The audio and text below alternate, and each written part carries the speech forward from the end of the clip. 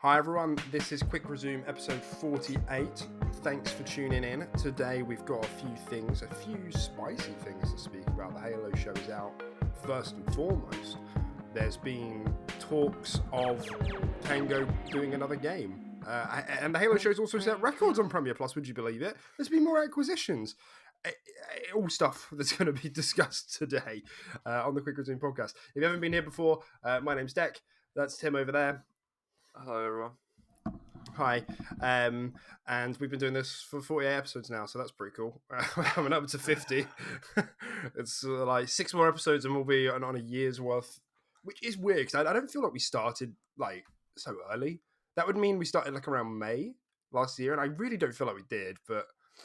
Yeah, I feel like we started definitely close to our birthdays last year. I don't know, there was just some sort of weird special energy. And we just kind of wanted to do it, but it has flown by for sure. And I think that's just because it just becomes kind of routine, I guess, right? Sunday is just the sort of podcast day, and it's quite chill, it's quite fun. And yeah, time flies. Time flies. It's QRP day, yeah.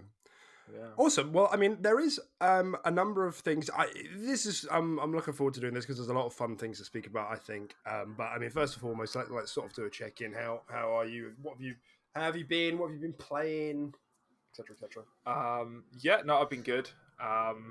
Same old in terms of personal life. Nothing too crazy. I mean, at least from my end. I mean, my brother actually managed to get his new house this week, so nice. We've been celebrating that, which is pretty cool, but doesn't really do anything for me. But it's news, I guess. Yeah, it's a tricky time to buy, so that's a pretty big achievement. They've been having a lot of trouble with that, trying to lock stuff down. It's kind of crazy out there in the market at the moment. Horrible. But yeah, no, apart from that, just pretty chill. Just same old work and stuff. And yeah, as far as gaming is concerned, Elden Ring, and obviously we've been doing a bit of Tiny Tina's as well since that came out on Friday. Which has been a bit mixed. I mean, are we sort of going to go into this in the sort of startup, or is there like a... Yeah, we will. We'll have like an honourable. I'll let you do your check-in as well. Yeah, but okay.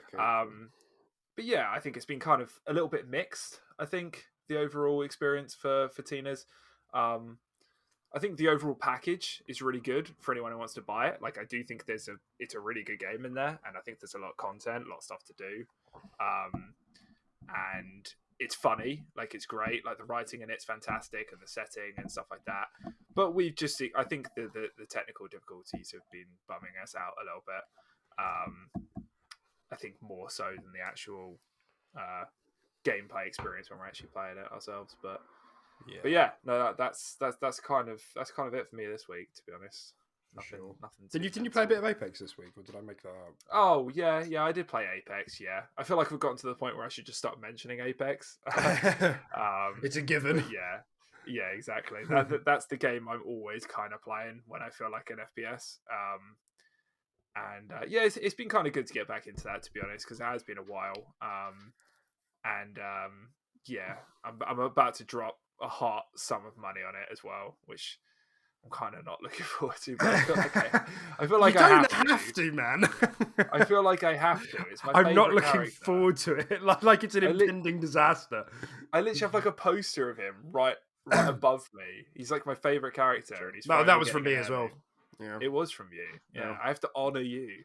Oh fuck, he's got me now. He's got me by the heartstrings. Exactly. Which is what I come to. Yeah, I was going to ask you if you wanted to go halves. On the heirloom? Yeah. No? I'm gonna say no, but I appreciate the offer, I think that was an offer. I think. Yeah, so I'm about to... So what? I'm just trying to remember. On average, like an heirloom and like a collection event in that game is like, what, like 150 quid, I think? If you're like... It depends how many crafting mats you have. You're usually looking at triple figures. Oh my god. I have like 1,400, maybe like one epic skin or two. Well, yeah, I mean, what's the biggest bundle of coins is like 10 grand, isn't it? Or it's like 9 grand, but you get an extra 1,500 free, so you get 10, Yeah, 500 but or then something. they've recently done the whole like thing where they bundle it together, right? Like you can get like a skin in the event plus 7 packs, a skin in the event plus 5 packs. So that tends to save you a little bit more money than like the old school collection events. Right. But I'm still thinking it's going to be £100 plus, easy. So, but he's got a samurai sword, man. That's cool as fuck. He's got a samurai sword. Simping for Like the I samurai haven't. sword.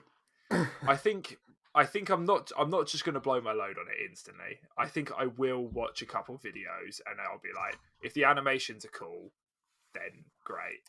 Of course they will be. Like it's my favorite character. If I like the vibe of the heirloom, I probably will get it. But if it's not really doing anything for me, because a few heirlooms in that game have done that for me, like the Bangalore heirloom and stuff like that, like they're not that cool. Like it didn't really twist my arm to buy it when I looked at it. So we'll have to wait and see. But Okay, man. Well, my condolences to your wallet. to my bank. Yeah, exactly. Yeah, I mean, on my end, I've just been playing Elden Ring. I really thought about booting up Tunic, but I still feel like it's not hasn't been long enough since Death's Door, even though that was like a year ago. I don't know. I just don't feel ready to play yet, and it's just not, like I said last week, it's not vibing with me as hard as like just looking at it online, as hard as Death's Door was. But I think I'd like to give it a shot at some point. Other than that, it's just I'm on my second through of Elden Ring now, second playthrough. And yeah, I've just been playing Tina's. In terms of, I think I said you didn't know, I was playing badminton this week, and I just like straight up collapsed like mid rally, like the final game came down to the wire. Yeah, my leg, and it's never happened to me before. I think I jumped off the ground, leg cramped, landed, did a couple of like little bunny hops, like on my left leg. I just like slapped onto the ground. I was like, oh, this is bad. Like, because it was like you played to 21, who everybody doesn't know for badminton, so it was like 16-0 when we'd just come back from like 15-9. So we were like, this is the final game, the tiebreaker, best of 3 sort of thing. And then they gained a couple on us to 18-16 because my partner was trying to cover me. And then I just got like a surge of like gamer energy, like proper like adrenaline, and I was like, play normally, I'm fine. I'm fine. I mean, we ended up winning in the end. It was great. But it turns out I got told after the match ended, going in, I was like, it's going to come down to your game. Like, you need to win for us to win. Turns out the other two lost anyway, so we lost the whole match 4-5 overall, rather than winning 5-4. I know, sorry. I fucking injured myself. And I've been like limping around for days now because my leg still really hurts. Yeah, I was about to say, because I mean, I guess I had a very, I guess it was similar experience because I've been getting into like running and I'm trying to do a bit more exercise these days, which is why I have this little band around my arm as well. And I had some cramp on a run, but like where it's like really, because you can get cramp that actually damages your muscles. Like if you get bad cramp, it's not just like you stretch it and you go away. Like there is a thing where it's like there's this in between where it's like it's not a pull, it's not like, obviously it's not anything worse like a tear. Like I've had a tear. A tear is like it's like a broken bone. A tear, but yeah, cramp can genuinely, like, it can happen in the moment and it can have lasting effects on the muscles. It like repairs itself and stuff like that. Like you can, like, cramp can genuinely be an injury. It's not just like a 2-minute thing you get over. So I think that's probably what you had. I think you just had a really bad case of cramps and your muscles are just very strained and they're now just, they're still kind of repairing. And I had the same thing on a run, and I can still feel it in my leg as well because I was planning on going for a run today, and I still don't think I'm kind of ready, even like 2-3 days later. And I don't want to risk it either, because otherwise it's just I have my cricket season starting really soon, and it's just not worth it. But yeah, it's just a sign of you're just doing too much for your body, I think, because I've been ramping up. I've been running like crazy, and I think it's finally just caught up on my body, and it was like, enough. It was like, take 3 days, stop. And like you said, like it was quite an intense match. You're still getting back into your fitness and stuff like that as well. I feel like your body probably just got to a point where it's like, take it down a notch, bro. Yeah, So, I know. I've got another match tomorrow, also Monday, whenever we decide to oh wear this. really? Yeah, so I'm hoping. You actually gonna play it? Yeah. I'll have to take it easy a bit, but I think part of it is like it doesn't feel like it just feels like sore, like So I'm gonna try and get some maybe heat on it. I haven't like put any heat on it or anything until now. But I Rice, think mate. once I get moving, I think it'll be okay. You're supposed to do rice. Rice. Rice, which is rest. Oh right. Oh shit. Rest, ice, compress, and elevate. Right. Yeah. That's good. And Is that not? Is that not for compress, acute injuries? Well, no, it's just kind of like any muscle injury, like muscle fair enough. fatigue and Oh, well. just In that pulls, case, tears, all that sort of stuff. There you go. Get your foot up there. show the viewers how flexible you are. Yeah. So yeah, you're supposed to. By compress, obviously, you just like wear like a tight skin around it or something, just to keep the muscle together a little bit more. But yeah, that's what you're supposed to do. With well, that muscle sounds injuries. great. I mean, this is just the sort of knowledge you can get when you come in and you listen to the Quick Resume podcast. You think you're coming in here for Rice. games, you're learning about rice. So you Yeah. leave, you come for games, you leave with rice. Exactly. Name somewhere You're else welcome. you get that. Yeah, but I mean that's pretty much it. That was a side tangent, but yeah, it's just been a bit of Elden Ring and Wonderlands for me. I'm like, in terms of like for Elden Ring, I'm kind of like just boss rushing at the moment because I've got like a new build. And obviously, I was helping you a bit, like do some stuff, or not. Your build's cool as fuck. Yeah, it's really cool.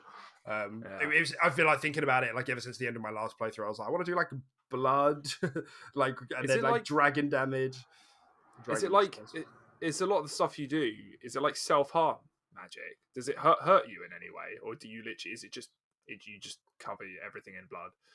Yeah, I mean, I don't. It's not. None of it's. It requires like HP as the mana. Yeah, exactly. Because there are some spells that do that, but I'm not. Like they need higher faith. Like most of my points are in arcane for like the dragon spells, and like as like by coincidence, I can also use some faith incantations as a result. But mostly, it's just a legendary sword that does really good bleed damage, and then dragon spells. But yeah, it's really cool. I did want to try and use like have a shield build because they've done a lot of cool stuff with shields, shield's kind of cool. I went with this in the end, but yeah, maybe later. What's your like? Because I've told you this as well. In my next playthrough, I kind of want to go, or even this playthrough because I'm specced into it right now. What's your catalogue of madness spells? Like the fire pyromancies that cause madness. I've still only found one, and I really want to get more. I have like 4. Do you have the one where you can shoot lasers at your eyes? I want that one. I don't know. I did see a gif of that the other day on Twitter. Yeah, I want that shit. But it's like really busted for PvP apparently at the moment because you just like stun lock people. You hit someone once and they're like and then you just hit them again and they're like and you just keep hitting them.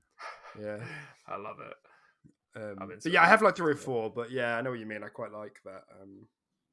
I don't want to go to Google though. There's a part of me that this game is just. It's so big, I feel like I'm going to have to Google it if I want a specific build. Like, there's no way I'm going to find everything in this game. Like, I'd have to quit my job. Like, I can't. I'd have to cut ties with family and friends and everything to be able to do this. That's probably okay, especially as you're coming towards like the back third of the game. Like just one thing here and there, I don't think makes a difference. But it's the people that like boot up the game for the first 10 minutes and are like best builds in Elden Ring. Oh great, and I'll just beeline to all those items so that I can trivialize the opening like 10 hours of the game. That's just imagine. You can just imagine how many people have done that as well. Where they just go past that first little village, they fight Margit, they get their ass handed to them once, and then they just go straight to Google. Like, so much of the player base has probably done that. It is ridiculous. Well, because I only found out because I knew when we were playing, and I was obviously playing like intelligence, like high, like int dex, like sorcerer sort of stuff. Loads of people kept going on about the meteorite stuff, and I didn't have that. Like I had found that other one. We found it together. It was like what was it called? The demigod staff? Yeah, demigod, and it's like good. It's like decent. Yeah. But this meteorite stuff starts with S scaling. And as it turns out, it's like right in Caelid, and you can just beeline there, grab it, and then come back. And like for like, you know, the opening 30 hours of the game, you've Yeah. got like hyper powerful spells. And it has like an additional thing where it's like does more power with meteor, you know, the purple meteorite sort of like gravity spells. Yeah. But like nobody was specking into that really, because a lot of that's like you get a lot of those spells later in the game. But nonetheless, I didn't realize a lot of people were like cheesing that early game, like because I obviously just didn't look it up. But a lot of people just did, and they just ran straight to it, nabbed it, and that's it. All your spells are like S tier scaling now. Yeah. I've heard I've heard a little bit of there's a little bit of distaste in the community for spells in this game. I think I mean, obviously I'm just scrolling through like social media and stuff like that while I'm on the toilet or something, but like there's like a load of memes going around and stuff that like spells are like easy mode in this game. Well, that's the And stuff like Souls that. community for every game, isn't it? They're like, unless you're using sword and board and you're naked, it's not. You're cheating, and it's like, I why you use like sword and board. gatekeep the difficulty? Like, Yeah, mate. Unless you're beating these bosses with a giant greatsword, you're not really beating them. And I completely agree. Being a giant greatsword wielder myself, yeah. you suck. You suck, kid. Sorry, guys. Get good. Yeah, Yeah. I probably should One get attack good. every 3 minutes. That's how we That's do it. it. It's Jump, easy. Learn the patterns. jump attack, cheese. Yeah, people have been saying the same thing about like summons, like everything. People are like, you can't use this, can't use that. It makes it too easy, Yeah. and it's just like at some point you just Suck. have to draw the line and be like, just like Just play play the game. enjoy the game how you want. Because I think Yeah. I had this trouble like myself when I was trying to get like Beth into games because um and I think it usually comes from a good place. That's the thing, because like when we were like playing through like Halo, or like I was watching her play Hellblade, you know, you do this, like take in the environment there, go there, but like she just didn't want to do that, and it's only because it's like I've had this like great experience with these games, and I want you to like feel the same, and at some point you just have to realize that it's just not how that works, you know. So if you Yeah. need to like go to Google and do that to get enjoyment out of it, or you need to like run So past all the dialogue to get enjoyment out of it, by all means. yeah. Yeah, exactly. Yeah, approach the game however you want. It's just yeah, I guess we're just soul snobs, I think, when it comes to that sort of thing. Like we've always just gritted our way through it and not really gone to Google. So I think we're just speaking at it from our point of view. No shame to anyone that does do that. Because there's a lot of people that might not be as hardcore as us or as into it as us, or they have so much less time than us, so they need to, you know, each their own. Yeah, that's right. That's right. Great. Well, I mean, that's sort of a bit of our check-in. So I want to we have a series of like big news stories this week. Like I mentioned at the top, but I want to start with some honorable mentions because there have been a lot of other smaller things. And the first thing is that Ghostwire Tokyo came out this week, which was happened to be on Tim's Fantasy Critic as well. It's currently sitting at 76 on Open Critic, which is obviously Really? pretty good. It's pretty good. I thought it was in the 80s. I was anticipating. We both thought it would get like low 80s last week, so this is a bit lower than expectations. I thought, and I don't know. I guess have you like heard any like previews or reviews, or like heard anybody talk about it? Like, what's your sense for that? Yeah, I mean, I've watched a couple of reviews on it and stuff like that. I feel like the main complaint that people were getting out of it, from what I could see at least, was the combat. I think people felt like was a little. It looks flashy, but it's a little bit basic, and it gets a bit samey and stuff like that. And it like a couple of the complaints I saw from multiple reviewers was there's kind of like you could basically approach any combat situation the same way and sort of come out victorious, sort of thing. Like the game doesn't force you to use like your whole arsenal of like spells and abilities or something like that. You can kind of just like do the same thing, and like the AI isn't particularly smart or cunning or anything like that. You can kind of just cheese most combat scenarios doing the same thing. Mm-hmm. At least that's kind of what I got from it, and then a lot of people said that's kind of what let it down. But I feel like everyone was very happy with the visuals of Tokyo, and all the monsters and spells and all that sort of stuff. And I think the story was relatively well received as well.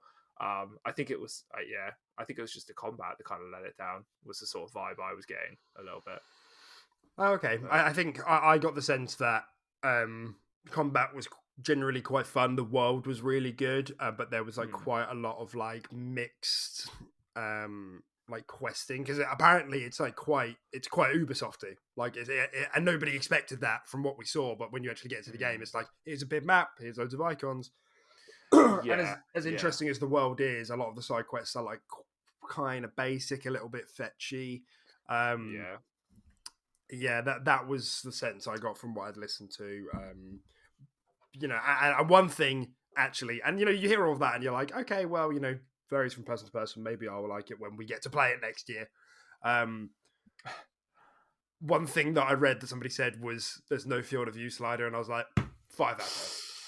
5 out of fucking 10. Don't give me a first person game anymore that doesn't have a field of view slider. It's so triggering, and it's like, because I like that, and I seek out games and play more games that have field of view sliders. When they don't, it sticks out like such a sore thumb. Like, it's almost nauseating, because I'm like, I don't know, I can't even figure out what's going on. I've got like blinders on. Yeah. It's one of those things where it's kind of like the whole 30 to 60 FPS deal, isn't it? Like, once you go to 60 FPS, going back to 30 is grim. It's like, once you play a game that lets you crank that field of view slider, every other first person just, it just feels, like you said, nauseating and just strange.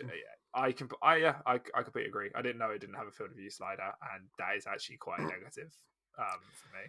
Hopefully they'll add it by the time we get it next year. But I was overall a little bit disappointed with the performance of Ghostwire. I thought it looked really unique, and obviously Tango are a good studio doing Evil Within and whatnot. And I know this is like maybe a step in a different direction from them, and maybe that's kind of like the scores are maybe a representation of this being their first foray into kind of action, but nonetheless, 76 is pretty respectable, and if you're into like this kind of like neon unique world, then maybe this will still be for you. It doesn't sound like it drags on if you beeline the story sort of thing. So I'm it still sounds kind of interesting. I don't know if I'll end up playing this by the time it comes out. Like, my mind's more set on like Deathloop, and because by the time this starts coming out, it's going to be 23. Xbox, we're going to have shit to play. It's going to be a lot of stuff. Exactly. Whereas this year, Deathloop's going to come out in the back half of the year, where there's Xbox are going to finally be getting some stuff out, because they've been so quiet for so long now. So, but yeah, any closing thoughts at all on Ghostwire? Yeah. I mean, overall, I'm the same as you. I'm a little bit disappointed with how it's done, and that's not to say it's done badly. I just expected a little bit more. Like, a mid-70s game is still a very good game. There's this misconception that if a game doesn't get an 8 or above, then it's not worth your money. It's just like, no, it's still a very good game. I just kind of, the feel of it and what I saw early on, I just expected a little bit more. But and it's a shame, because everything in my fantasy critic just seems to be just going a little bit below par, and it's just like range, it's starting to really get to me, dude. I thought I picked like a good list of games, and I did. Like most people, when they looked at my list, were like, yeah, that's a pretty good draft, man. And like, everything is just kind of just underperformed just a little bit. And then The Last of Us, I don't want to talk about. What was it? Life is Strange. Life is Strange remaster. Like, developers, like 62 or something. Like, I'm coming for you. Develop that remaster. Like, how could you fuck up? How could a remaster run worse than the originals? Just don't get me started. Considering the originals were like 8 and above. Oof. Like, genuinely, the performance was like worse than the originals. Like, it was choppier, and it like performed worse. How does that happen? It's a remaster. Yeah, I don't know, dude. God. It's like if Diablo 2 remaster fucking ran worse than like the 1990 fucking Diablo 2. Yeah. Or 1980, whenever it came out. It was 1990, but yeah. Yeah, absolutely. That it does suck, and I think you had quite a few spicy picks, where I think a lot of other people to begin with have just gone with safe bets. Like you had like high risk, high reward kind of thing with like Ghostwire. But it just kind of sucked because like I was like the 5th pick for like the first game, so like everything was just snapped up instantly. God of War went, Horizon went, Elden Ring Yeah. went, and I was just like, Starfield well, went. what have I got then? I think I like first picked the Cuphead DLC, which will be a banger. To be fair, It will if it comes like out. that will be a solid 9 if it comes out. Yeah. Like everyone fucking loves Cuphead, Everyone and it's does. actually got quite a lot of hype behind it as well. Yeah, absolutely. Yeah. Okay. Well, and I guess just what it's worth touching on because it was a new story that came out when they were talking about Ghost. The developers over at Tango were talking about uh, Ghostwire. They said that they're working on a new game, so new stuff's already in development. Not a huge surprise. That's the complete opposite of horror. So it seems like, and a lot of like what they've been talking about seems that it doesn't necessarily mean they're moving away from horror, but they're just like experimenting with more actiony, adventure-y stuff, which is maybe kind of a representation of what Ghostwire was to them. Like it was a bit of an experiment. It was, a prototype to move in that direction and see what they need, what holes need plugging. So I'm interested in that because you would have thought this is the sort of thing I would have expected them to do before they got acquired by Xbox. Like, oh, we need to go more like mass appeal, like broad audience, because horror is quite niche. Yeah. But nonetheless, they want. It seems like they want to go into. Well, I'm assuming it's more action adventure. They say the complete opposite of horror, so that's quite word for word. So yeah, I don't really know what that. I'm assuming that's what it means. But yeah, that's what's happening next. So we'll have to wait and see what does come next. By that time, it will likely be an exclusive game. So hopefully they've learned some lessons from Ghostwire here and can apply it to whatever comes next. Yeah. Hopefully. Lovely. All right, well, next up then is Wonderlands, Tiny Tina's Wonderlands. And this is what we've been playing all week because for anybody who doesn't already know, me and Tim play most of our games together. So usually that is the case for any sort of co-op game that we speak about. Tiny Tina's Wonderlands is currently sitting on a 79 on OpenCritic. It came down, it was on 81 when its original like 40 reviews, I think, and it just slowly chipped down. I think on Metacritic it's still on 80, but on Open, I always use OpenCritic. And so that got chipped down to 79, which is still obviously very good. Borderlands 3 came in at an 81, just for just for comparison, and Borderlands 2 was 89, if I remember correctly. With the pre-sequel being like 74, I think, or 75. So this puts it on kind of like middle of the pack. What are your overall thoughts about what we've played? Probably about 10 hours now, haven't we? About 10 hours of Wonderlands. Yeah, I'd say so. Yeah, I mean, my overall thoughts, I touched on it a little bit at the beginning. I'm very happy with the product. Like, I think the whole like setting obviously is fantastic. The writing is great. And the voice actor performances, in all honesty, are the best part of it so far. With like Will Arnett as the main villain and Andy Samberg as one of the main characters as well. And who was the other one? Who plays that robot? It's another one. Wanda Sykes. Wanda Sykes, yeah. So obviously, really, really great performances from them. Like the dialogue is genuinely funny. Like a lot of Borderlands 3 like fell quite flat, but I think with this one, it's just a freedom to just do whatever they want. Like it's just so random and it's just so great. So yeah, proper really good there. I'd say like actual writing and dialogue is like a solid 9 for me at the moment. Like it's like Borderlands 2 levels. It does feel like. Yeah, and I think this setting just is really good for Borderlands. I think it's good that they took it in this direction and gave it its own standalone game because it just allows them to do literally anything. I mean, what we saw last night in the quest, I won't spoiler. That was just mental, right? Like, like what was that? And it's just complete chaos, and it's just that was like an Elden Ring quest. That was unbelievable. Yeah, and it was just it's just really good at the moment. But obviously I'll touch on the design as well. I think the way that they've actually like designed the weapons, I think is really cool. Like they've given everything like a bit of like a fantasy vibe while also still keeping it guns and stuff like that. Guns? guns. Yeah, so like a lot of like the assault rifles now are like fully automatic, like crossbows and stuff like that, and the pistols are like little crossbows. And like the shotguns and stuff have like little crystals that you like sprinkle dust on, and it fires like a wave of like. So it's like guns but mixed with magic. It's like that cool hybrid, which I think is really cool. And I think it's a neat touch because there was a part of me that thought maybe they'll just shoehorn so many of the designs from Borderlands 3 into this and cut corners. So I was quite surprised when I saw quite a lot of unique models. Sure, there are a lot of reused assets as well, like 100%. And like the biggest disappointment for me is one, the technical difficulties, co-op, and oh, he's gone. He's gone. What happened to you, dude? Wouldn't be an episode of QR without some technical difficulties, would it? Yeah. So what was I saying? The technical issues in Tiny Tina's. Yeah. So the co-op has been down quite a bit. Like the social features, like joining each other's games and just co-op. That's been down quite a lot since we've been playing over the weekend. I mean, it was fine like most of yesterday, I guess, but at one point, I'd say a good quarter of the time the game was out, if not longer, between Friday and sort of Saturday afternoon.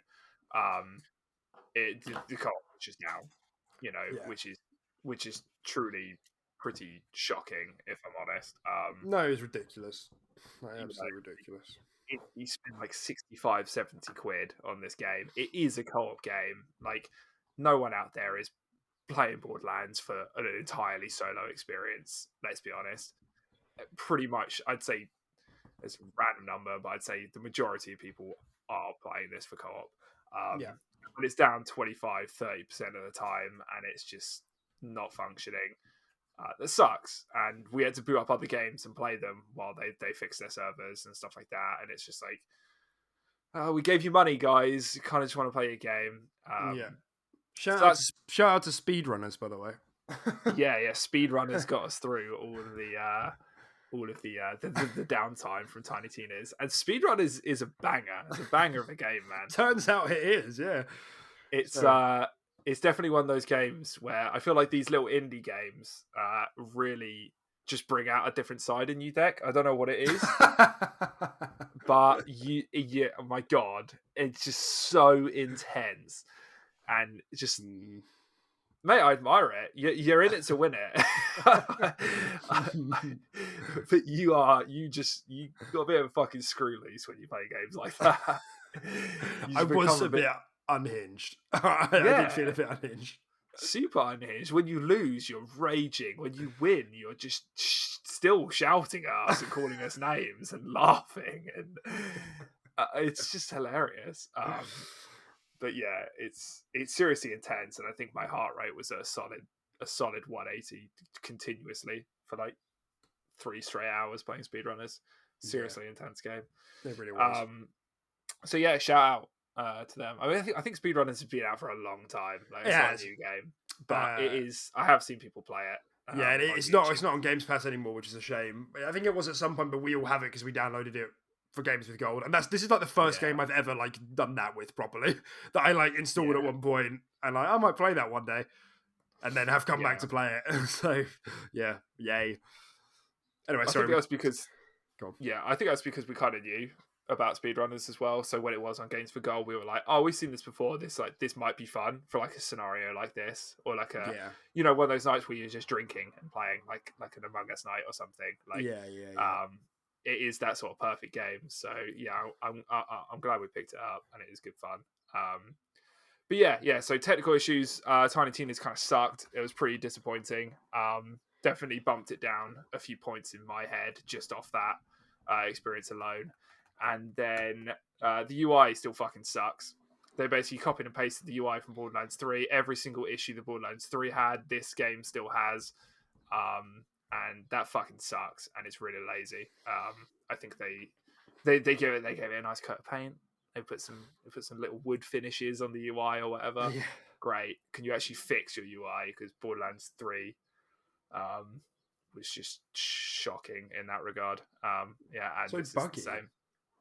Yeah, it's buggy, it's slow, like shit just disappears. Sometimes you click on stuff and it just hangs.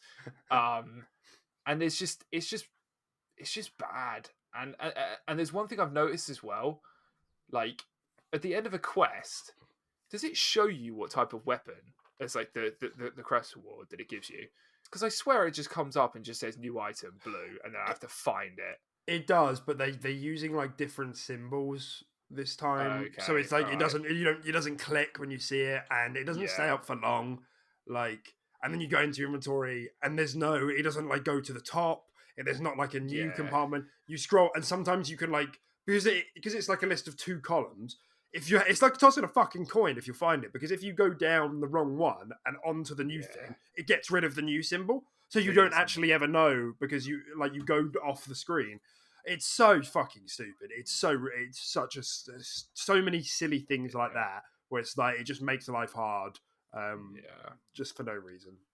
And then there's still the issue again, nitpicking, but it's just copy and paste from Borderlands 3, right? The fucking Lost Vault machine. Why does it spit it all out on top of each other? It's impossible to find your loot. Just have it work like a normal vending machine. I don't Yeah, understand. Like, yeah, I don't know. how is this still a thing? Mate. But yeah, overall, setting's great. Game's kind of fun, and I'm having a lot of fun with it. Skill trees and characters are awesome, but you can go into that a little bit because I've been talking for ages. But yeah, you go. You Yeah, talk about Tiny Tina's.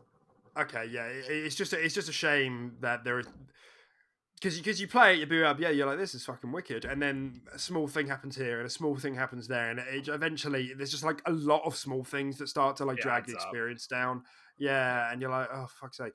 And then, but then when you're actually playing it, like it's all great, and like you start looking at your builds and you get your points, and that whole rigmarole is really fun. But Yeah. yeah, it's just loads of little things that, and the most annoying thing is that all those little things are the exact same little things that were in Borderlands 3, which is like 3 or 4 years ago now, and it's like this should not still be a problem. Like, there's been no lessons learned here. There's been nothing. So it makes me think like by the time we get to Borderlands 4, like, are we going to have the exact same issues again? It's like at what point, like, Mm, yeah. does this shit get fixed? But anyway, yeah. So Yeah. because they are minor things. It's just there's a lot of minor things that starts to become too many, and I guess like we might as well mention it before I sort of move on to some of the stuff I like. Is the fact that this is the first game I've bought on Xbox Series X that doesn't support smart delivery, and there are 3. So if you're thinking about buying this, heed my fucking words. There's three editions. There's your normal 50 quid edition, then there's like a 65 quid, your middle tier, and then there's like a deluxe one. If you want to get this game optimized for your Series S or X, get the middle one, the next level edition it's called. Do you think it'd be called the next gen edition? Nope, next level, because I don't know. And it comes with some additional shit that you don't want, so you have to pay like 65 quid, or I guess the equivalent is like $70, which is stupid. But I ended up buying the base one, and because we're game sharing, I realized and I only realized this because I was listening to the Xbox 2 podcast with the guys over there, and somebody did a super chat to them, and I was like, oh! I was literally like, what? And so I went and checked, and I was like, oh fuck me, I've gone and got the base edition as well. And I was like, because when we booted up the game, the first thing we said, we were like, man, the aliasing on those trees is like Yeah. awful.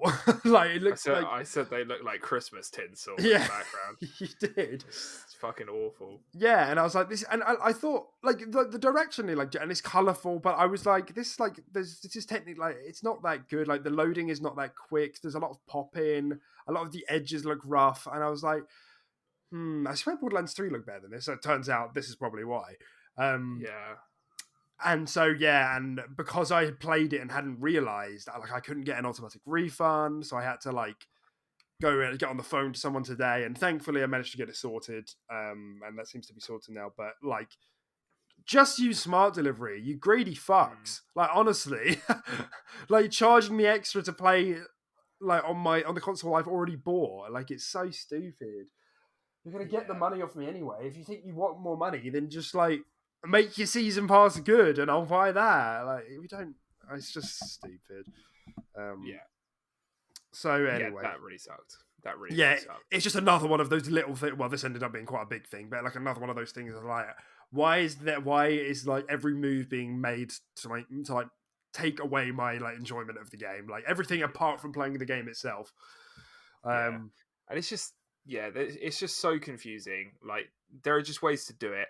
You can make them far more distinct from each other for a start. Like the naming conventions they chose for their games for like the next level and the standard. It's just like what the fuck. Like literally just call it. Just put like Series X in front of it. Just put like Series X Tiny Tealers. Like and that's still shit. That's still a shit way of doing it. Yeah. You should just use smart delivery, but it's better than just being like, I don't. It's just a load of shit, man. Which And they I think they would have done, but because they've done it in like bundles, you have to like click on the bundle, go into the contents of the bundle, and then it says Tiny Tina's Wonderlands for Series. But because it's like hidden in a name, and they're like, oh, next level, people will get that, and it's like, well, maybe, but like you're rolling a bit of a dice here because I was tired. I was like, I want to go to bed. I just want to get it installed. I just went bang, bought the cheapest edition because like I've never had to do this before. Like no, it's just crap, and there should be like, you know, even like when you boot up the game, it notices the hardware you're playing on. It's just like, oh, you're playing on the wrong one, but like you can upgrade for the extra additional cost it is over the standard to the new one. That's right. Or something like that, because it notices your hardware, but it doesn't. And again, that still sucks because you're still paying for an upgrade, which is just, it's stupid. It's dumb. That should never be a thing. But like, why isn't that a thing? Like, there are so many better ways to approach this. And yeah, it just caused inconvenience. You know, Deck had to get on the phone this morning to like Xbox support. It's just like, when should that ever be a thing? Like, no one should ever need to do that. And I guarantee you, so many people have made the same mistake. So many. Yeah.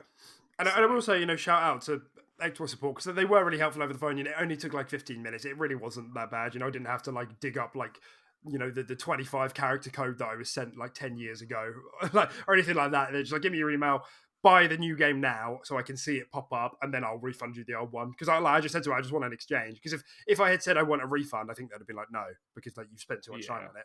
But because I was like, I want to exchange it, they were like, that's fine, just buy it so we can see that you've made the purchase and we'll refund. Yeah, and then refund it. Yeah. Exactly. And because I do remember, because you said like, oh, it should just like detect the hard. There is like a thing about it detecting the hardware. It does say, but it doesn't stop. Like there's like one line of text amongst like, you know, 40 lines of, and it's because the Xbox UI isn't built for like signposting people to the right edition because they know they have smart delivery and they're like, well, it doesn't matter what they buy because the game's going to get automatically upgraded. But Gearbox were like, or 2K, whoever's at fault, were like, nah, we can get in extra money, so we're not going to use this.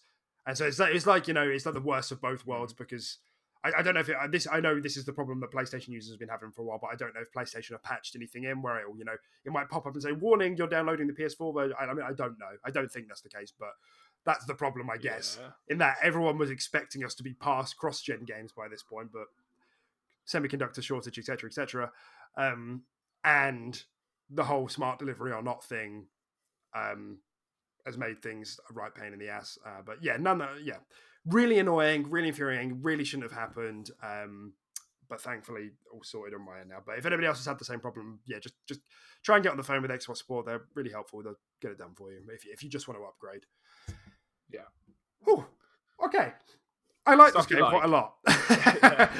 Probably doesn't sound like it, but I like this game quite a lot. And I will say the community sentiment so far is really good. I think it will depend how the end game sort of shapes out to sort of help determine that. But the community sentiment, like I feel a lot of people saying, oh, it's like, you know, the true sequel to Borderlands 2 that we deserve. Like, so a lot of people are like quite down on 3, which I always find a bit weird because like the biggest criticism that Borderlands 3 got levied against it was, oh, the writing was like not that great, which I agree, but like I don't play Borderlands for the writing. Like, I don't know, it's funny, like I laugh at dialogue. I found a lot of the dialogue funny in 3. I didn't find the main story very good, like, but I still, like, generally, like, it wasn't, I don't know, the difference between like decent and really good writing in a Borderlands game isn't as wide as it would be in something like, you know, a single player third person extra adventure game, you know, or like because it's like I'm playing co-op, like I'm having a good time, I'm trying to get loot. A lot of the time I'm not even listening to what's being said. Sometimes something will catch my ear and I'll be like, that was funny. So I always found that a bit weird, but nonetheless, I think, you know, I think I understand what people are getting at. There is some meaningful steps forward here in Wonderlands. They're not massive, but meaningful in the sense that there is a create a character. You create your own Vault Hunter or Fate Maker, they call in this game, which I think is sick. It was something I've always wanted in, and I don't want to go back to fixed characters, to be honest now. In the next mainline, I want to make my own character. I want to make my own skill tree. I want it to be this way now. So I don't know if that's going to happen, but I like it. You know, the customization options are pretty good. Like they're quite wild. You can make them really funny. Like, you know, you can unlock the slider, so you can, like, my guy's ears are like triple the size of his head. And you can change it whenever you want. It gives you a lot of flexibility, and there's loads of customization to unlock in the game as well. Like every few minutes, I'm getting a new customization piece, which is dragged down by the fact that you have to go into your inventory and then select it to actually like use it. Otherwise, it takes up a space. But you know, sucks. Why add that additional button press? Just like use it from the floor. Whatever. The addition, like the magic side of things, it's like a replacement for grenades, right? 10 times better than grenades, I think. Oh yeah. I don't know if that's, I don't know why though. Because like there's a novelty to it obviously, but like grenades are always quite cool. They had like a lot of randomization to them, but I don't know if it's just because it's novelty that I'm like, oh, they're so much better, or if there is actually an extra layer of depth there that I'm just finding hard to articulate. You know, I'm not sure why I think it's a lot better. Yeah, I think there is just a case of it just looks cooler and it feels cooler, but I feel like it flows better with the combat as well. Like they're quicker to use, and you can and stuff like that. I just feel like it just ties together better than a grenade. Yeah, I guess there's like the breadth is bigger, isn't it? In the sense that a grenade was like, no matter what happens, you're throwing something out. Whether it's like a longbow or it bounces. Whereas these, it's like, oh, it's an explosion on you. Oh, it's a homing bird. Oh, it's a meteor. You know, it's a ground thing. Like, so there was quite a lot of variety in how. It's a sigil. You know, so I feel like maybe there is more variety there, and that's maybe why now that I think about it. So again, like this is another thing. Like, I don't know how they're going to manage this in 4 now, because I don't want grenade. Like, sure, give a character a grenade as an action skill. Let me keep magic, like or biotech. Oh, I don't care what it is. Whatever this is, keep this. The addition of like a dedicated melee slot with melee weapons, awesome. It feels so weighty, and I love it. Like when you're swinging those great axes around, and you know, it makes it feel meaningful. Because you see a melee weapon on the floor and you're actually like, oh, okay, well, actually this has lifesteal. Oh, this does lightning. I don't actually have any lightning damage in my arsenal. That might be quite useful for just like stripping a bit of shield. You know, it again adds that additional layer. And I'd say those are the 3 biggest changes, other than like what you've covered in terms of the writing, that I think are actually making a big difference here. No, sorry, I guess the 4th one is the class system and the dual classing, whatever it's called. Multi-classing, that's it. Yeah, thanks. Which is nice. You know, the game starts with 6. It's 1 skill tree as opposed to 3 like you used to with your like when you had your fixed characters. But then you get to multi-class and you get access to an entire second tree, which I've only just got my second class, so I'm like not entirely sure how this is going to play out. But I really like the idea of it, like concept. Yeah, I mean, what do you think? Like, how do you feel like this approach compared to your typical 3 trees approach in Borderlands is working for you? Yeah, I actually quite like it. Because the classes are quite unique and quite different from like your standard Borderlands games in this one. So like everyone kind of has their own. Well, a lot of people have like their own like, unique companion and stuff like that goes well into the skill trees too. So I have like 2 companions following me around all the time, like a little mushroom and a little dragon as well. And yeah, I kind of just feel like there's more depth there in terms of picking the class and based on how that class will cooperate and sort of fuse with your other one, rather than having multiple skill trees tailored for the same class sort of thing. I feel like it's different. I feel like you kind of connect the dots a little bit more yourself, and you come up with these things. And I feel like there's more thinking involved in it, in which one you pick and how you approach it. And then obviously it just gives you the options for like 4 action skills to just change up where like whenever you want, right? which is, well, it was one more than the previous Borderlands game. But they also feel so different because it's from an entirely different class. Like, I can throw a hammer and then call it back, or I can summon a spectral bow and fire arrows from it. Like, it's vastly different from the original class that I picked. And when I feel like spicing it up, I probably will change to the bow or something and go for that. It's hard to say. We haven't reached the end game yet. We haven't explored it fully, but I quite like it. I think it's pretty cool. Yeah, I like the idea of it a lot.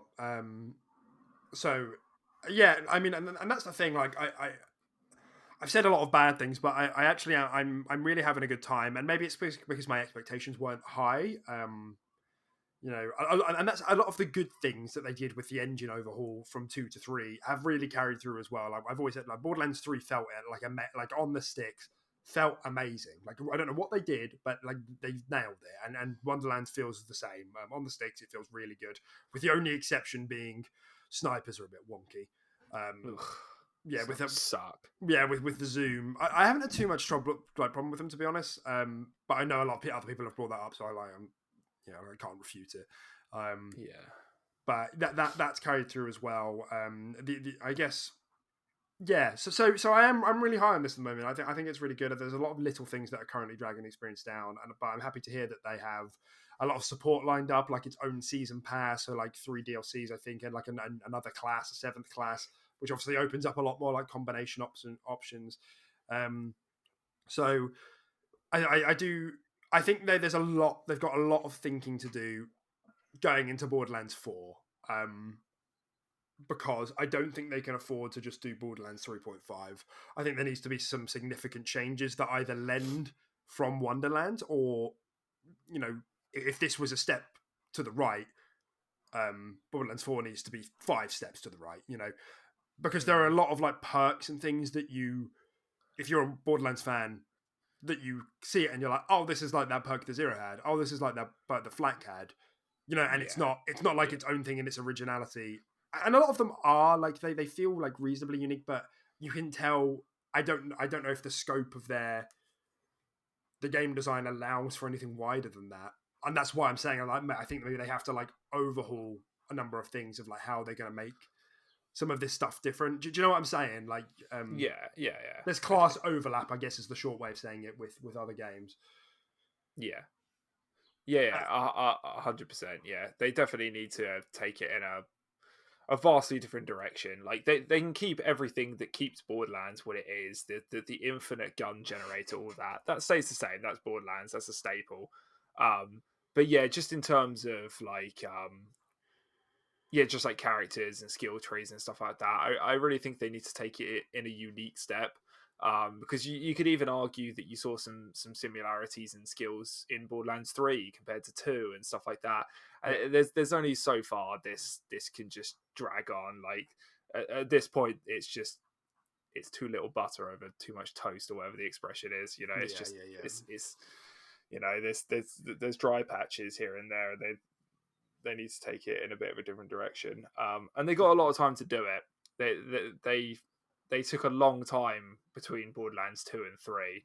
And if they take an equal amount of time between 3 and 4, and, make it a next gen only, that sort of thing, maybe they can really do something different with it. But yeah, there's definitely some stuff that needs to be carried over. Like, 100%, the character creation. Like, 100%, I feel like that should be in the next Borderlands. Everything else, kind of hard to tell. We haven't played that much Tiny Tina's, like the whole class system and keeping stuff and bringing that into 4. I can't quite comment on that right now, but yeah, they should definitely have a create your own class, at least for the next one. Just pulling over some things. Yeah, definitely. Yeah, and I think it might be that the multi-classing is the answer to that a little bit, but it kind of remains to be seen. As I say, I think that really will kick in the back third and the end game, really, to really sort of see how that's going to fare in terms of replayability. But if that works out well, then maybe they can draw on that. But if not, then again, I think it's like kind of back to the drawing board a little bit. But overall, yeah, I am really high on this at the moment. I know we've said a lot of bad things. I'm probably, in terms of the fun I'm having when I'm actually playing it, I'd probably give it an 8. Like if I had to write like a formal review at the moment, I'd probably give it lower simply because co-op hasn't been working and I've had so many issues. But being just a podcasting nobody, I'd probably like say I'm having like an 8, and I could see that going higher. Like, if it kind of keeps going and the issues start to flatten out. So yeah, it's good basically. I think if you like Borderlands, I think this is like you're going to enjoy this quite a lot. I think that's essentially it. If you're coming from like another looter shooter, like maybe Destiny, I think there are going to be some things here and there that you're going to raise an eyebrow at. But you still might enjoy it. So yeah, it's good. It is good. It is good. Right, great. Okay, so let's move on to some of the actual bigger news of the week. So first and foremost, is that the Halo show finally came out. This has been like 9 years in the making or something. And there's been a fair amount of skepticism, I think, up to the show's launch, which is fair, given the amount of time and the apparent development hell, despite Steven Spielberg's involvement, and it is releasing week by week on Paramount Plus, which makes it a pain in the ass for us in the UK because there is no Paramount Plus right now. Supposedly, it's going to be supported on Sky later in the year. So I found an unnamed website that I have watched it on, and I'd say generally the reception has been pretty good. Hasn't been great. It's been pretty good. I mean, have you seen anything about this at all? Not really, no. I've kind of wanted to stay away from spoilers and sort of like online episode reviews and stuff like that. But based on what you told me, you're mainly going to lead this segment because I haven't actually watched it. Based on what you told me, you were pretty happy with it overall. You seem to think it was pretty decent. Not incredible, but good. Yeah, pretty much. That's the gist of it. And I think in terms of numbers, it's currently sitting at 6.9 on IMDb, which I can't see it staying that high because that is actually, for IMDb scores, that's actually quite high. It's sitting at a 58 on the average tomato meter on Rotten Tomatoes and a 61 on the average audience score. The audience score has been fluctuating a fair bit. So again, but this is like pretty good. Not great, pretty good. And frankly, given the long lineup of like the growing graveyard of game adaptation shows and films, that is like I'm pretty happy with that. Like, and considering the development hell, I think we were all expecting a lot worse. That's not to say that I don't think there are things here that don't need improving. But overall, I came away from it like, I want to see more of what's going on. And the press have seen the first 2 episodes, so I hear. And I think I have heard from a lot that the second wasn't as good as the first, so it's going to be a bit rocky going forward. There's 9 episodes total. But I came away from the first episode like, that was good. I had a good time with that. I can understand why people wouldn't maybe enjoy it as much. I think I'd give the first episode like an 8. I'm not going to give any spoilers, but generally the things that were good, I would say, were the acting. I think generally was pretty good. I think the locations and the set design was pretty good. I think the casting is pretty good. Pablo Schreiber as Chief, he's killing it, to be honest. I think it takes a bit of adjustment to get used to the fact that this isn't Steve Downes voice acting Chief. It takes a bit of adjustment to the fact that the helmet comes off in the first episode, which that shouldn't be a spoiler because it's in trailers. But I think part of that is like, we just need to get you used to this. We just need to get you used to, like, this isn't game Chief, it's different Chief, and once you're kind of there, which I kind of got into quite quickly, I think that all kind of washes away a little bit, in a good way. So I came away from pretty good, and I like kind of the themes, the general themes and the conflict the game sets up in the first episode. The combat, like the theatrical character, like choreography is like great. Like the opening 20 minutes of this show are like straight up like really good. like actually really good. And then it like slowly fizzles out, and like some stuff starts happening, and then but yeah. So that's all the good stuff. In terms of the bad stuff, there is some really mixed CGI. Like some of it, you're like, wow, that's great. Like you see like a close up of like an elite, you're like, that looks really good. And then you see an assault rifle sliding on the floor, and you're like, what the fuck was that? There's like this gif going around. There's like this gif going around on Twitter where like Chief, like he tosses an AR on the floor, and instead of it just being like a practical prop that they threw, it's like a CGI AR. On it sliding on the floor, and it looks so bad. Like it looks dreadful, and it's like they didn't even need to have that shot. I saw him throw it. I didn't need you to cut to it sliding on the floor. Exactly. Yeah. So really mixed CGI. I think I don't know. I think it's just a bit of a shame considering like the budget and whatever. But you know, this stuff doesn't always work that way. They did some shit with like first person shots, which I hated. I absolutely hated. I'm sure some people were okay with it. Like they just kept cutting between like, you know, normal fight cinematography and then like, oh, first person because Halo's a first person game. You know, and it's like, what is this?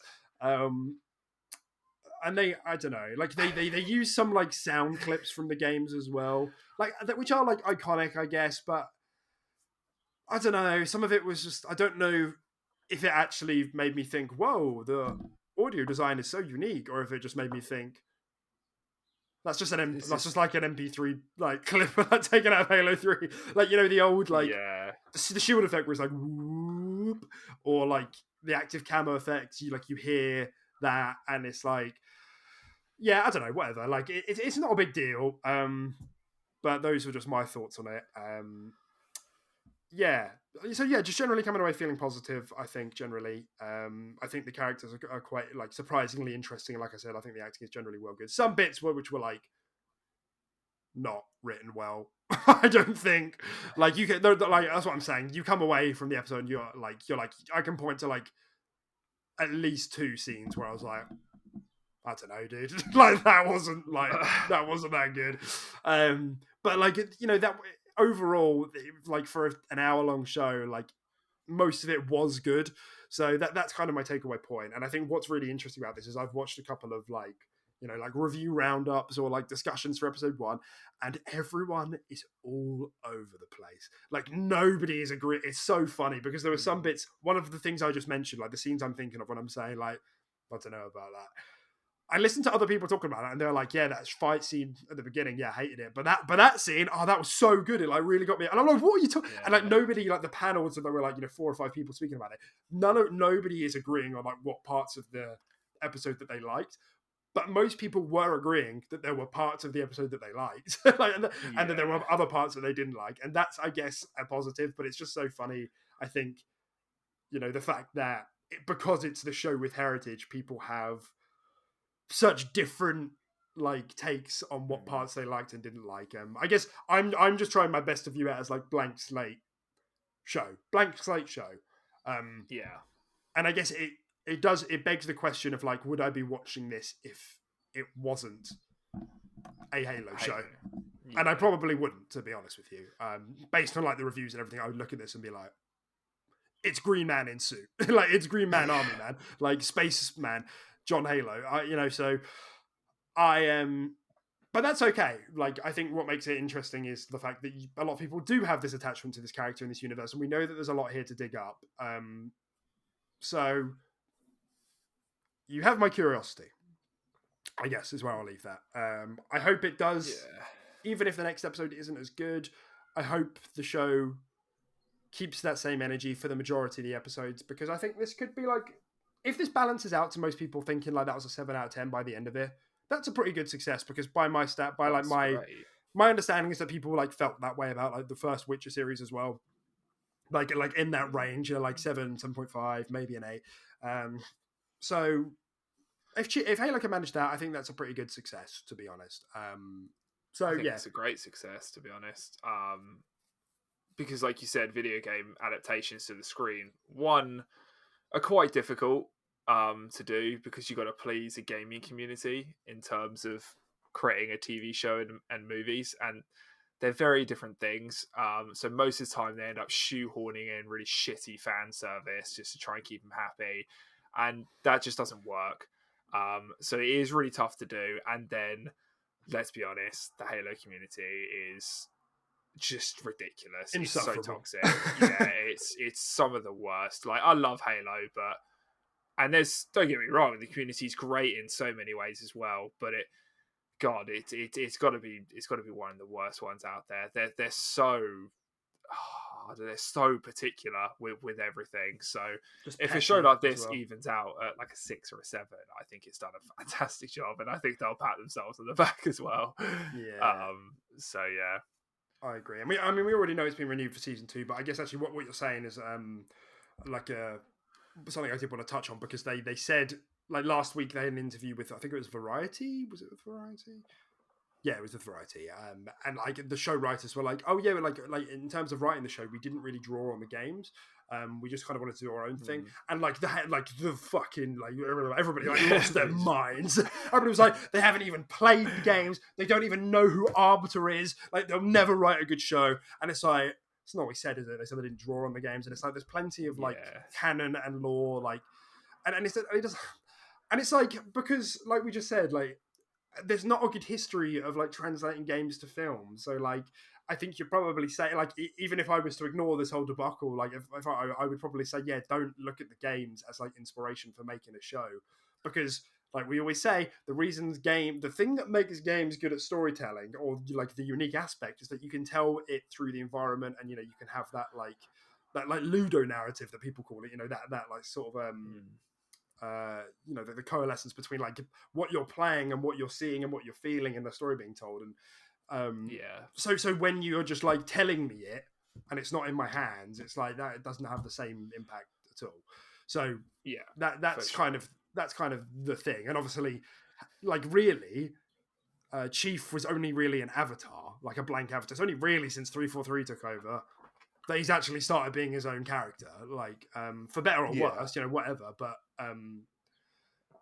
so loads of people lost their fucking minds, and of course it was like the show writers had to come in and correct it and be like, we started with the game, like, of course we've all played the fucking games because it's made in collaboration with 343, but then like we started to build up the canon and the universe and the story like outside of that. So yeah, just wanted to mention it because it's right in line with what you said of like, the community just being fucking petty. Like, as soon as that came out, people just started review bombing the game, and it's like, well, exactly, what are you to do?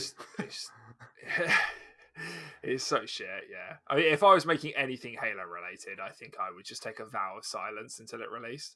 I don't think I'd do any social media presence or anything, because it's impossible. Like, one slip up and that's it.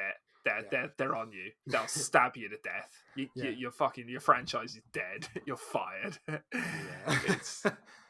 It's awful. Oh my god, they are mental. No, because there was recently like a Glassdoor review over from like 343, like a negative one, and everybody was just like jumping on it, like, look, here it is, unequivocal proof that 343 is a dreadful place. Delete the studio, give the franchise to someone else. And it's like, I mean that's like, I don't want to like dismiss it and be like someone's had a bad experience at 343, because that's perfectly possible. But knowing how fucking petty like this community is, it wouldn't surprise me if somebody just went and fabricated this. You know what I mean? Like, it's happened before. Like, shit like this has happened before. So whatever. It set records. The show set records on Paramount Plus, which obviously isn't saying like a huge amount, because Paramount Plus is kind of new.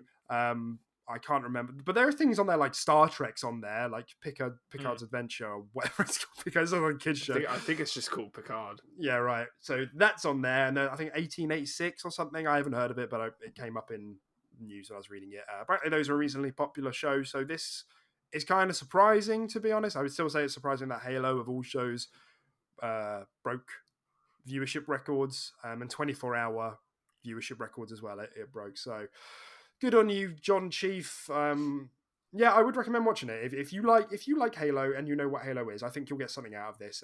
If it doesn't click with you in the first episode, there's no shame in putting it down. And just seeing how the whole series pans out, like if it's worth the watch. For me, I think it is, and we'll go from there. Yeah. Cool. Nice. Yeah. Okay. All right. There was, just to quickly touch on it, there was an announcement of a new Witcher game this week, which was kind of came out of nowhere. But it was literally just CD Projekt Red saying, "Yep. By the way, we've put it on paper. Witcher 4 in development, and that means it's in development. So just letting you guys know, it's funny because if Cyberpunk hadn't been Cyberpunk, they probably wouldn't be announcing this early. But it's like, please come and work for us, please shareholders, please reinvest. Yeah. It's definitely more of a statement, isn't it? Like, we're still here. We're going to make another one of these games. The game that everyone loved. Remember that one? That's right. Yeah, it's 100% that. Yeah.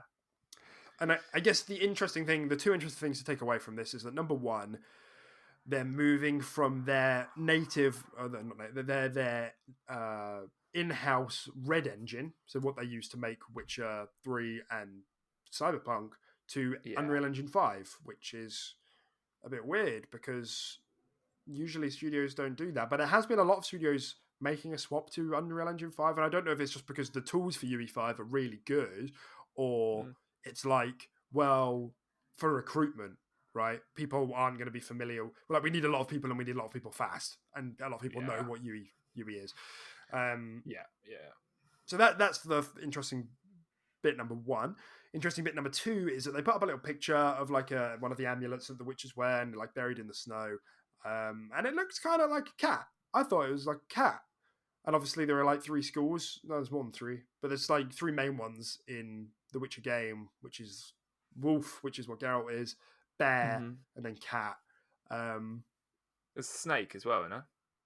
Yeah, that's right. The snake. There are a few more, or viper or whatever. Yeah, there are a few more, Griffin? But those are the three main like ones. There's Griffin. Oh, Griffin. Well. Yeah, nice. Yeah, nice. With like magic. Yeah, like magic. But apparently, and I can't actually remember if this was like confirmed or not, but I think someone did say, I think someone officially came out and said it's not cat, or like someone said it's a lynx, which is like throws a bit of a spanner in the works, because that medallion does look different to the one used in games, and the cats have like floppy ears, whereas his ears are big, like all stand upright, big old spiky ears.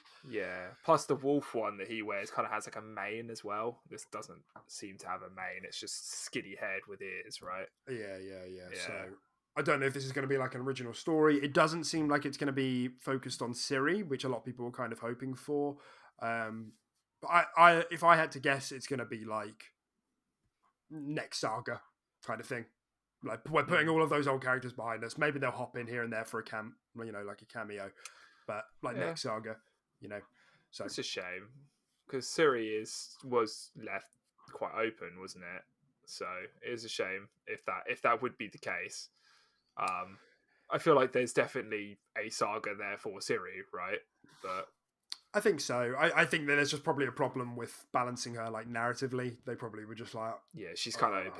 Yeah, she's a bit busted, So yeah, we'll have to wait and see. But I mean, obviously, this is great news for everyone, and they need to like kind of earn that back.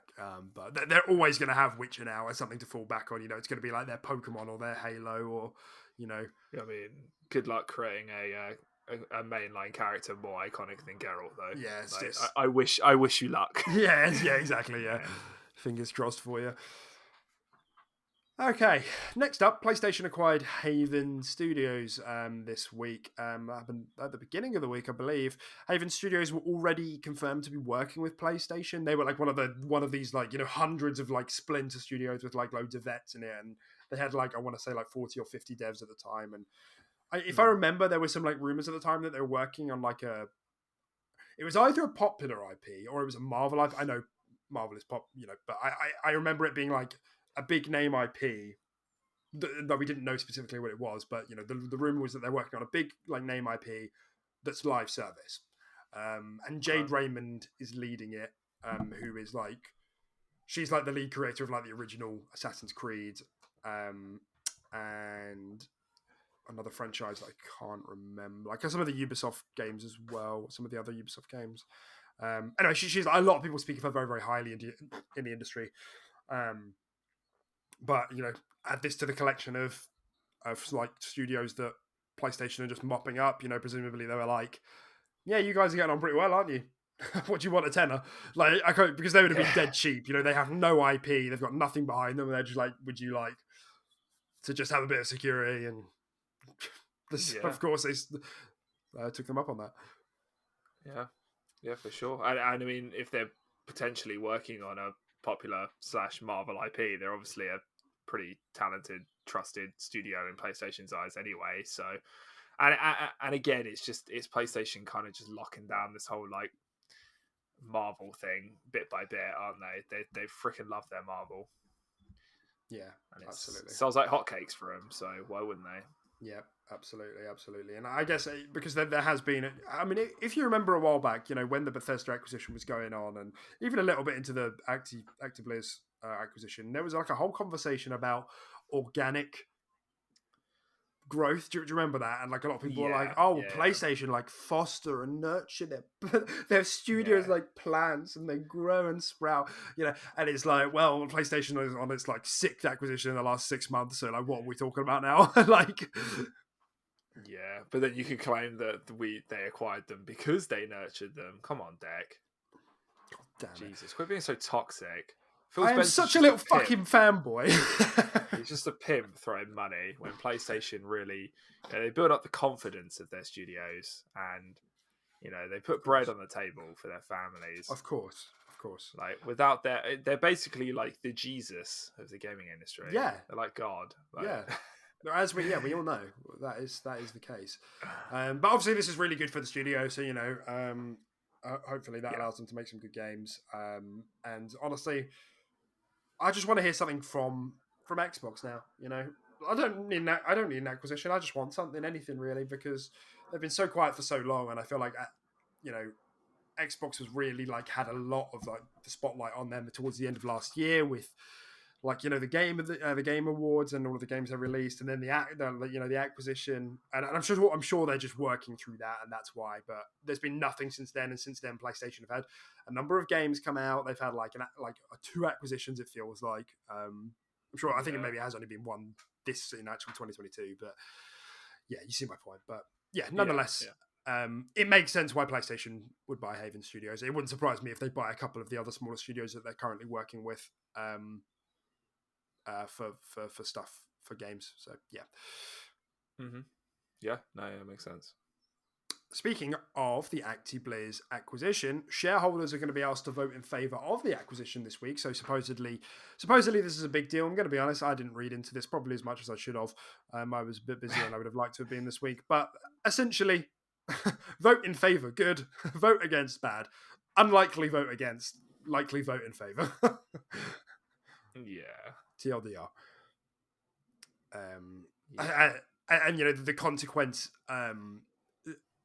the thing that I've put in my notes here is that the shareholders have been warned that the stocks are going to significantly decline if the deal doesn't go through. If the shareholders vote against it, which if this happens and the acquisition gets blocked or somebody votes against it, Activision is going to be in the toilet. Yeah, the fact that they're in the shitty place that they are at the moment in terms of PR, no games in so long other than like Diablo Resurrected, and they couldn't even get acquired by Microsoft, like one of the biggest corporations in the world, for 70 billion. What would have to be going on? Like the optics on that, would just be dreadful. So yeah, it's a hard, like, I think it'll be quite one-sided, this vote. At least you'd hope so, because like you said, otherwise I don't know if there would be an activist if it doesn't go through. So yeah, exactly. So I don't really know what this means for the speed of the acquisition. I've heard a few people say this is like the speed that this has come along has been quite quick, because they estimated that this is going to be finished in like 2023, so it's like this is still a while off like fully closing. But I mean, yeah, it is what it is, but it's just the next milestone. And speaking of milestones, Activision Blizzard got hit with another harassment case this week. Great. Another Of course reason they why would. that acquisition needs to happen, to like try and clean that slate, get someone in there, rework those teams, kick out the pricks who have stayed quiet through this whole thing. Well, and to be fair, like worst of all, it's a current. I suppose there's a current Microsoft employee who has worked with Activision Blizz. So yeah, there's been no comment. It sucks that these stories are still coming out because it's like Christ, like what was going on here? Like what sort of culture was this? And yeah, I think it just goes to show. I think sometimes how dangerous some like cultures can be. Where Oh yeah. there's no like accountability or like everybody has the same mindset of being pricks. Do you know, like Yeah. and like, oh, we're just joking, and it's like shut up, like like so like yeah. So it does when shit like this drags on for that long. You've got to think of like how does this happen in the first place? Like what is actually the root? Yeah. Yeah. It's a position of power, man. Human beings are not nice people when put in positions of power. Yeah, I'm sure it doesn't help. Yeah. Yeah. God, that's a whole can of beans, which I'm not going to open right now. Yeah. Okay. So whatever. Get in their Xbox. Get rid of that that person and get in and sort Activision Blizzard out, please. Don't worry about the games. Get the company sorted. Get the game sorted later. Yeah. 100%. All right, there were some really nice stats shared through Games Pass at GDC this week. Some really nice stats, and like we've known for a while, hopefully this is going to be more nuanced than Game Pass good. But like the idea has been for a while that Games Pass has been not only making people play a wider diversity of games, people who are subscribed to Game Pass generally buy more games. And yeah, people go into genres that they wouldn't otherwise go into. And there's been like a little bit of fear mongering around the fact that, Xbox, people who have Games Pass buy less games because they wait for stuff to hit the subscription. And I'm going to be honest, I do that. I think I've bought less games since being a Games Pass subscriber. So it is a bit surprising to me to see like the stats on this, that their like purchases go up for Games Pass subscribers. I don't know how that's really happening. I guess there are deals, stuff goes out of rotation and people buy it. I guess maybe that balances it out, and people coming into the ecosystem maybe increases that number. So it's hard to say, but like in terms of the numbers, let me just lay it on the table. So members play 40% more titles after joining Games Pass. That makes sense, and that's obviously great. Yeah. That means you're in more games ecosystems, and you're more likely to buy any of the upsell from microtransactions, DLC, season pass, etc., etc. Members play games across 30% more genres after joining Games Pass. Totally makes sense. Obviously beneficial on a business side. I've jumped into genres I wouldn't have. I played like Gears Tactics when I would have maybe been hesitant. Even though I love XCOM, I would have been hesitant about pushing the buy button. Just for one example, Death's Door is probably another one that I probably wouldn't have bought. Probably Hollow Knight as well. Probably wouldn't have bought, even though they look good. And I'm not against those genres. It's just that it gives me that extra nudge to sort of give it a go. Yeah, for sure. Members spend 50% more than lookalike users. So those who have Games Pass versus those who don't spend 50% more. Well, would you look at that? It's weird. Maybe there's like, because I think I get this as well. You get this idea of like sometimes if you get a game in Games Pass, you get the sense that you've saved money. Yes. I was So literally just about to say the same thing. Yeah. So like, we'll go on then. What do you think? Yeah. I was going to say you get the sense that you've saved money, and you almost get this feeling of bargain hunting, right? So then you feel like when a game like doesn't necessarily, when a game comes out or whatever, and it's not necessarily in Games Pass or something, with that hypothetical money that you've saved via Games Pass or something, you might buy it. For example, like Tiny Tina's or something like that. Yeah, I could definitely see that. Yeah, 100%. And anyway, it's what we like to call free money, right? Free money. It's free money. No, I call it free money. Yeah, exactly. Money that you otherwise would have spent is free money. Yeah, I love my concept of free money. It's the best. Yeah, I open my wallet and my notes turn into like spectral like butterflies, so they can do whatever they want. It's amazing. It is truly. And the fourth and final slide, which is a bit harder to actually summarize, essentially is that there has been a 300% growth for ID at Xbox partners. And close to 2/3 of that growth is driven by Games Pass. So, again, goes without saying that Games Pass, more than anything else, is excellent for indie games. It's good for everyone else, but excellent for indies. And there are plenty of devs on Twitter who are like vocally like, we wouldn't have stood a chance if we didn't put it on Xbox. A lot of us shared their stats on like their success on PlayStation versus Xbox, and there are there are like extraneous variables of the sense that like who markets them more, who puts them on the front page, how easy is it to access in the store. But because Games Pass is its own advertisement, if people go in, oh, what's new? Like you're guaranteed that regardless. Oh, this looks cool. It's always in there, right? Yeah, and people have found that this is how many people have played the game, and I've heard like supposedly people get paid on a couple of different metrics. Devs will get like an upfront payment, but then sometimes they'll get like retention payments. Like if your game gets this many players, we'll give you another payment,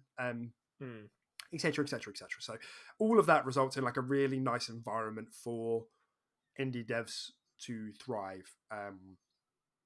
So yeah, I mean, I guess it did ultimately come down to Games Pass good, but it is the sense that this is like working on a financial level. We don't know how this is working in terms of like generating profits, but it seems to be at the very least expanding like what Games Pass subscribers are doing or altering that behavior in the way that they would like. Yeah, exactly. Yeah. I think it just goes to show that a lot of their market research and when developing this strategy of Games Pass it's sort of coming to light now to why they did it, because these sort of things do have behavioral changes on how people approach purchases in gaming and stuff like that. It's not just about that flat monthly subscription. There's so much more to it. And yeah, this just sheds more light on it. There's so much psychology in terms of this sort of thing. It's crazy. Yeah, absolutely. And there's I guess it's worth having a look at, because there was like a big, supposedly PlayStation Spartacus is getting revealed next week. That's happening soon, allegedly. Oh yeah. We spoke about kind of like what the supposed tiers were going to be. Remember, supposedly it was 3 tiers, and there was a leak, quote unquote, earlier, like yesterday, I think, that like showed off like a panel with like, then there was like 4 tiers. There was like PlayStation. It's called PlayStation Neo, and there was bronze, silver, gold, and platinum. Oh yeah. I don't think it was real. A lot of the like general consensus is that it's looking a bit fake because there was like some typo, like not typos, but like for example, like I think the silver subscription in the square said $29.99, but then beneath it it's $24.99, and just like one or two things like that. They're like, I don't know if that. I mean, yeah, I'm doubtful because also the price was through the fucking roof. So, like the platinum was what was it? $60 every 3 months.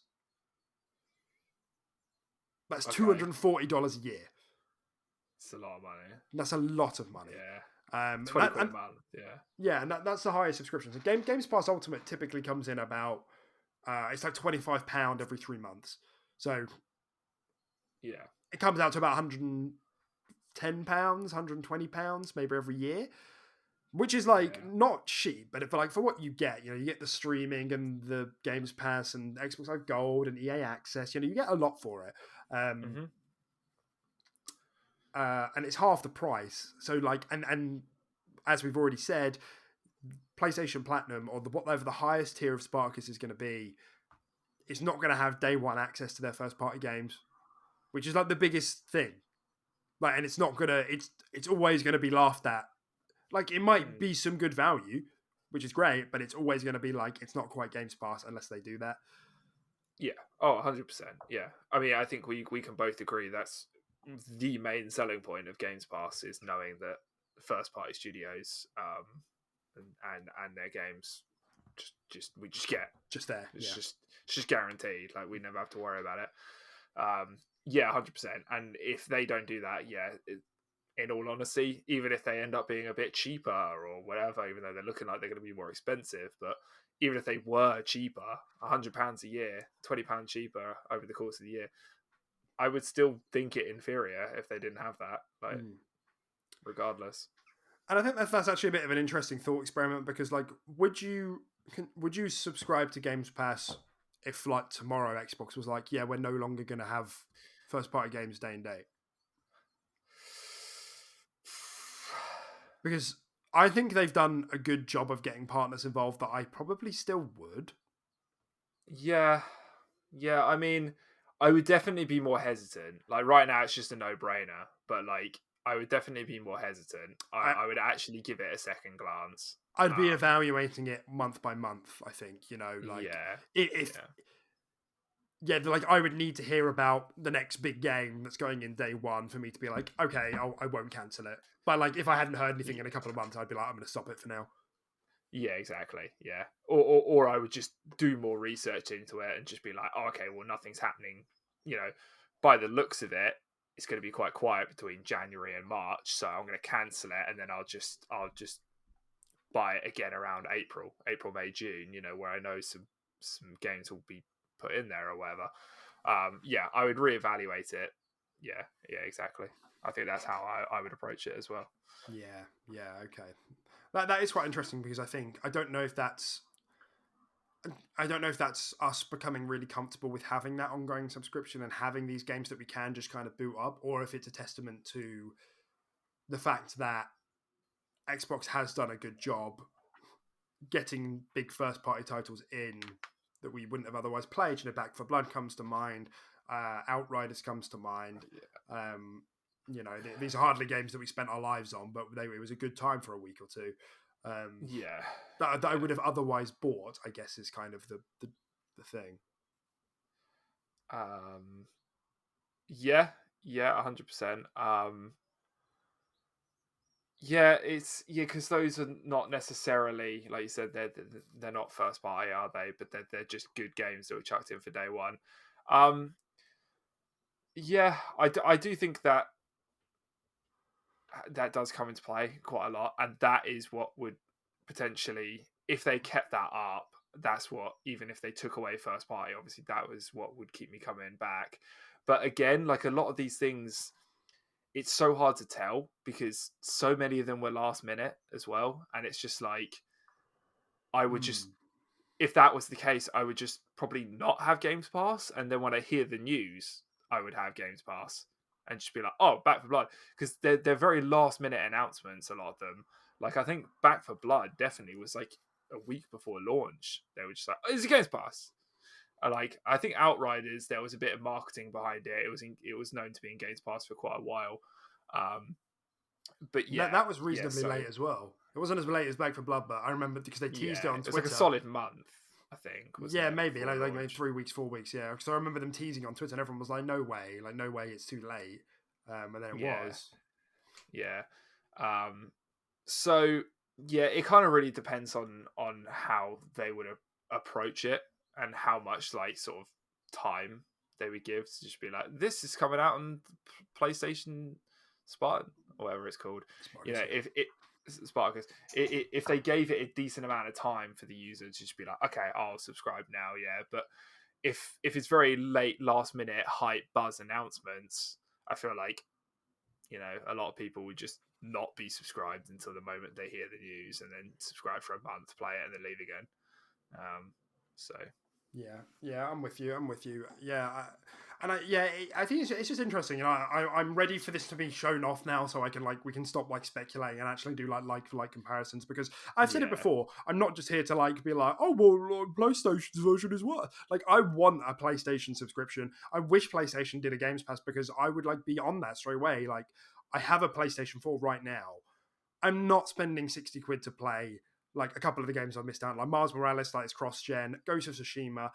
I'm hesitant because I'm used to playing on my Series X with 60 frames. But if I could get it for a subscription and for a tenner and play that, I might actually do that. There are loads of games that PlayStation's games up till now have lent themselves very well to like late purchases because they're single player.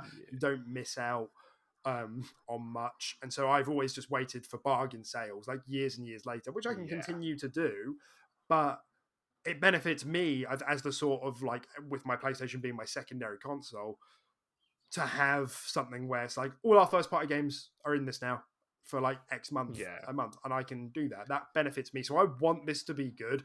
It's going to really annoy me if like they're spotty with like, oh, well, some of these first party games are in, but some of these aren't. And like, oh, but they're not in day one. So like, that subscription you're paying for, well, like it's going to be useless until like 2 years from now, like for this game.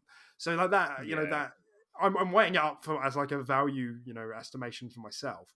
And I suppose like maybe thinking about things other than the first party side of things, because I was just thinking, and this is quite interesting because like generally there's been like a lot of comparison between like Xbox has generally stopped doing timed exclusives unless it's with smaller indie games. I can't think of the last time Xbox did one with anything bigger than like an indie game. Maybe what was that horror game with by Bloober, the Polish one? You played it, The Medium. Blair Witch? The Medium. Oh, Medium. Maybe that. Right, that was time exclusive for a bit. Maybe The Ascent. I don't know if you would consider that. It was like a reasonably high budget indie. I'd still say it was indie. Yeah. Then things like Death's Door, 12 Minutes. I think. What's the fucking fleshy one? It's coming out later in the year. Oh, Spawn? Spares. What is it? What is it? Spare. It's definitely something like that. Sposh. I can't remember what it is. Sposh. God damn it, yeah. No, it's not Spore. Spore. I can get whatever. It. Don't worry. Yeah, Carry on your thought. Yeah, that's really annoying. So, yeah, point being, Xbox has stopped doing time Scorn! Scorn! Thank you. I did it.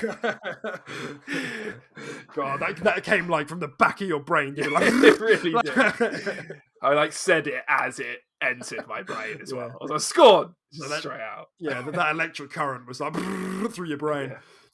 Yeah. Okay, yeah, Scorn is another one which I think is meant to be timed exclusive. Again, I don't know if you'd consider that. That probably is, again, like high budget indie. Nonetheless, my point is that Xbox has generally moved away from timed exclusives, whereas PlayStation has doubled down on it. Forspoken, Final Fantasy, Final Fantasy 16, Final Fantasy 7 Remake, Knights of the Old Republic, like this shit. And then the Bethesda ones, right, like Deathloop and US Tokyo. Yeah. I wonder, and arguably the reason for this is that a lot of people have said that Xbox are just taking that money and just putting games. They're like, we're not going to stop PlayStation getting them. You're just going to get them day one in Games Pass. So that budget is going towards Games Pass. I wonder if PlayStation will take the same approach and they'll just start putting stuff into Spartacus on day one, or if they'll increase budget overall and they'll be like, it's timed exclusive for a year and it's into Spartacus.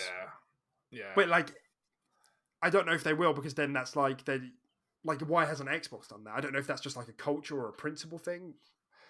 Or if we start to see PlayStation doing the same and spending less money on timed exclusives and just getting stuff into Spartacus day one. And part of me, I know you nodded then, part of me is thinking like, just based on PlayStation's history, they're hyper aggressive with this stuff, and it makes me think that they won't stop doing timed exclusives and maybe will put some stuff into Spartacus day one just to like have like the perception of parity with Xbox. Like, oh look, we're doing it too.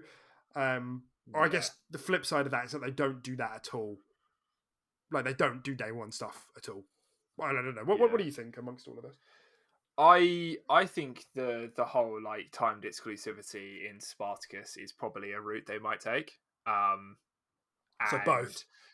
Yeah, because I feel like it creates this illusion, and PlayStation are very good at creating this illusion that they do own these studios, they do own these IPs, when really they don't. And I feel like this just solidifies that and just keeps up that magic, that little show they're doing. Like Hogwarts Legacy. Yeah, exactly. Yeah. Yeah, I thought that was exclusive. Yeah, we had this discussion the other day. I was like, I'm going to buy a PlayStation 5. You were like, why the fuck would you do that? Just buy your Xbox, you idiot. And we like, spoke about it the whole episode last week. You thought it was Shut exclusive. Shut up. How did that not come up in conversation? Like, I don't know. Yeah. But yeah, they do this, and I feel like that just helps sort of keep that illusion up, you know. But then, you know, it comes into play where they also, when they're making these timed exclusivity deals with these developers and these studios and stuff like that, they have to try and convince them to you know, come on board with timed exclusivity into a new subscription based thing that they're putting onto the market. Like, that could be quite a hard sell as well, because developers aren't going to be like, we don't know how Spartacus is going to perform. Like, we don't know if it will just bomb or if it'll be as good as Games Pass or anything like that. And, you know, signing up to a year's exclusivity for one platform to go into an uncharted territory in that regard might be quite a hard sell over the timed exclusivity deals they're making right now. yeah. So I feel like there might be some growing pains there. So maybe not right off the bat, but I think that's maybe something that I could see them doing that, like, but just maybe not right off the bat. Yeah, me too. I'm with you there. I think there's going to have to be some limitations on what they do here. I just don't know where that limitation is. You know, we're just speculating, aren't we? Totally, yeah. For Xbox, it's that they've really pulled away from timed exclusivity, which does clearly cost them money.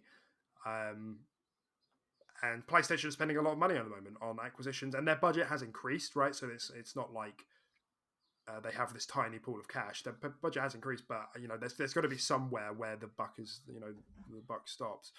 Yeah, so we'll have to see how that comes out. Hopefully next week we can actually have a conversation about this. Maybe the week after, actually. I don't even know if we're going to be here next week. But at some point we will, when it comes out. Yeah. So, okay. So, yeah, I was literally just about to say, so just to confirm, this is being showed off, like, actually officially announced, like, next week or in the next couple of weeks. It hasn't been officially announced, but all the credible insiders are saying, yeah, this is getting shown off next week.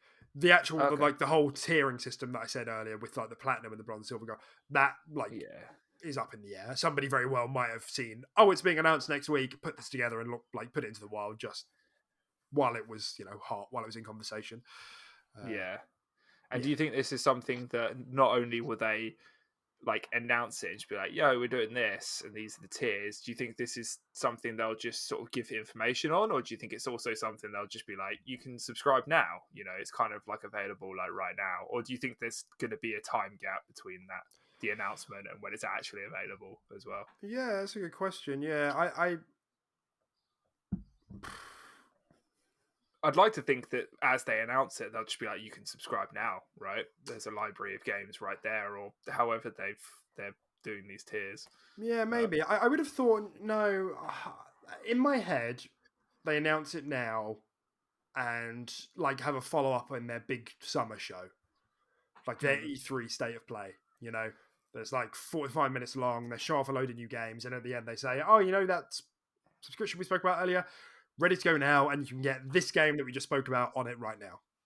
Yeah, that's my estimation of like what they'll do. Yeah. Potentially, yeah. Yeah. I'm just trying to think back to when Games Pass was like announced and how they did that. Was it available on the day they were just kind of like, this is a thing and you can do it now, or was it like, I'm just trying to think back to how they did it as well. I think it was at E3 when they announced it, and I'm pretty sure it was available like straight after the show. I think it was as well. Yeah. So there you go. Yeah, something I didn't think about. We'll see. All right. Well, next up was an interview with a of a developer called Juan Fernandez, a Spanish developer who has worked with Ninja Theory and Playground on both Hellblade 2 and the new Fable. It's a really interesting interview. A lot of details were shared about it on Reset Era. and the same person also worked on the initial Hellblade. So they've bounced between Fable and Hellblade. But the essential sort of too long didn't read here is that Fable is a restart of the series set in an open world, which is like we kind of knew that. We didn't really know it. I've had my fingers crossed that it's like a reboot and not a Fable 4, if that makes sense. So that this is good for me because it gives them that clean slate playground, that clean slate, that universe to work with, and the only thing really they have to carry over is like the tone. That's kind of it. And apparently there's a lot of there's like a lot of research being done around action RPGs and what sort of makes them good. A lot of prototyping. He did end up leaving Playground because he personally, this developer said that they preferred shorter projects, so they went back to Ninja Theory with Hellblade 2. But he thinks that Fable, in his time there, thinks that Fable is a super interesting IP and that there's incredible potential there, and there's a really good team working on it. In terms of what's happening at Hellblade 2, there's more people on the Hellblade 2 team than there was on the first Hellblade, which makes sense. And the quality of everything that they are doing is through the roof, quote unquote. What he likes about Hellblade 2 is that there's a very unique approach and there's a bunch of new stuff that's going on. For example, the combat is one of the things that was most heavily criticized, not by me, but by others of the first Hellblade. And they said that that's taking a very different approach. So more variety in combos, for example, but not much more else there other than that. There's more variety, and like in the first one, they found that a lot of people found 1, 2, or 3 combos that they liked and just did that for the whole game. So they're taking a different approach to the combat, which is what everyone wanted.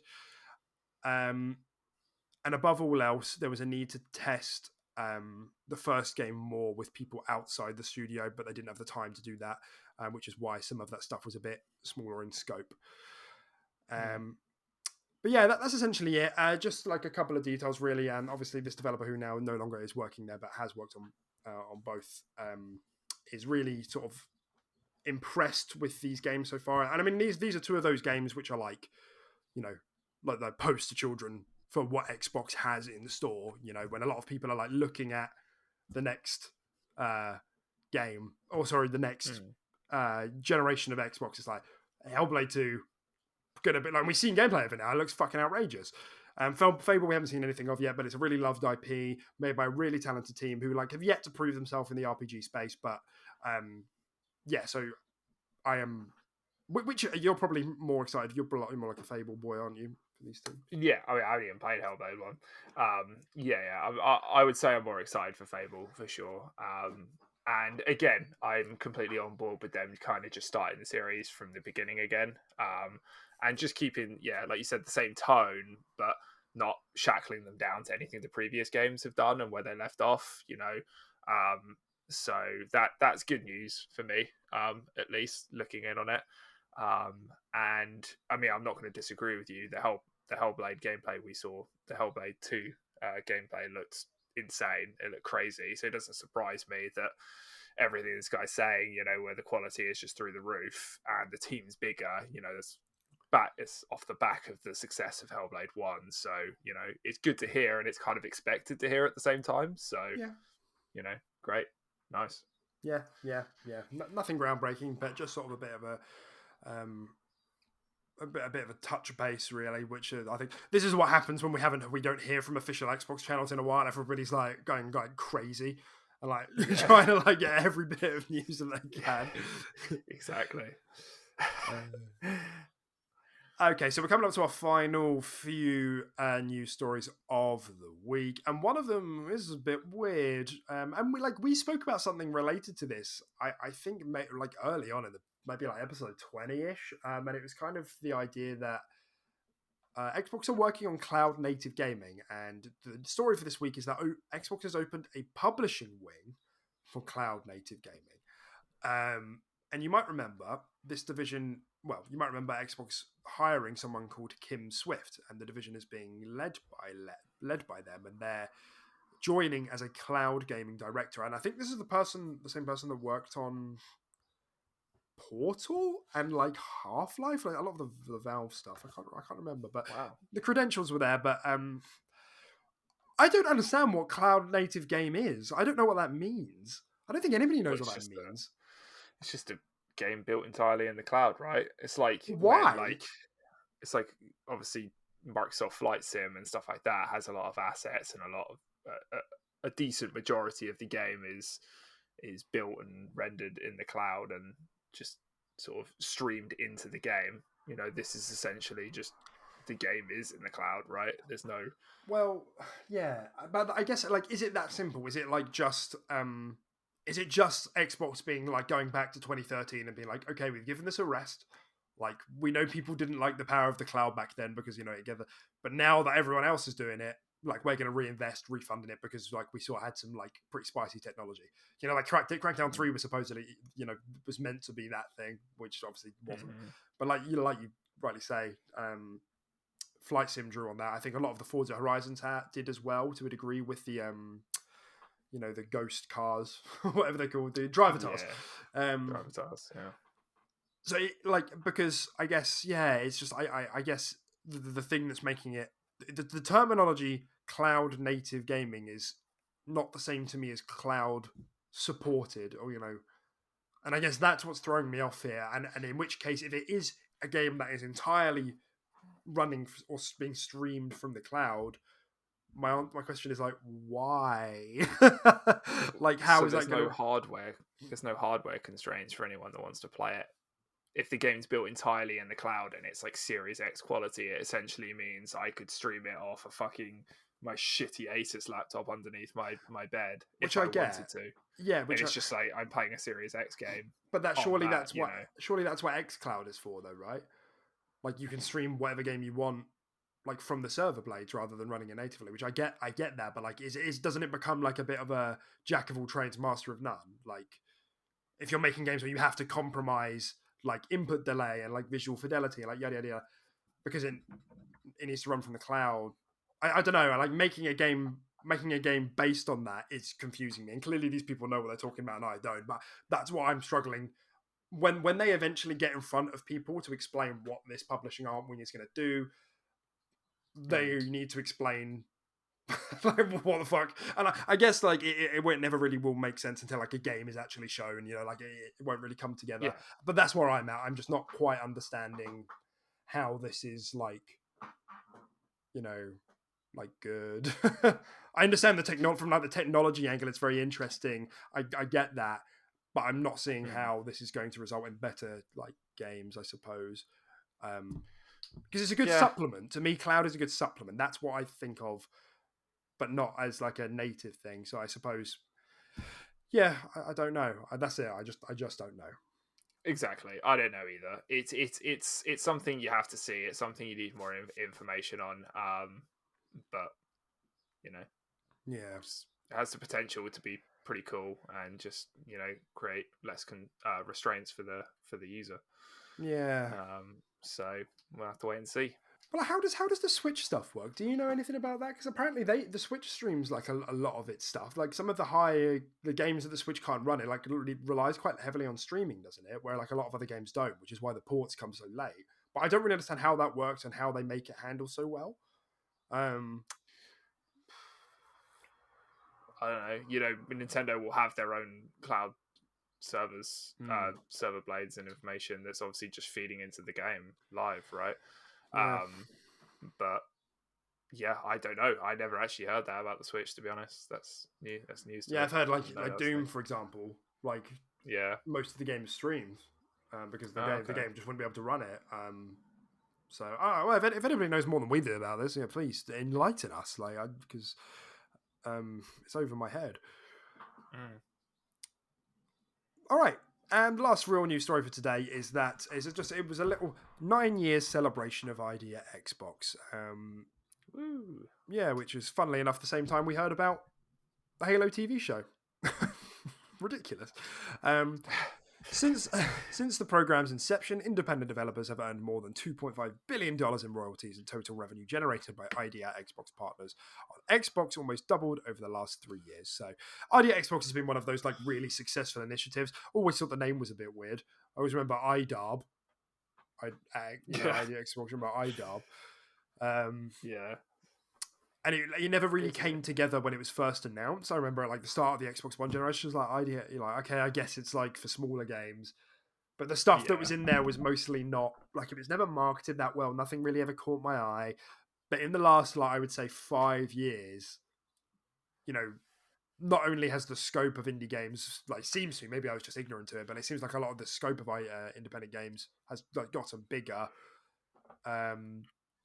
Xbox always do a really good job of like promoting these indie devs and indie games, and Games Pass, spoken about it, like it gives them a real platform and a chance to get onto those, break into the market with very low barrier to entry.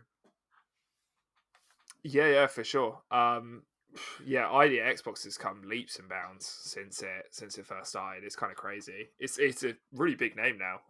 In terms of just like the whole Xbox like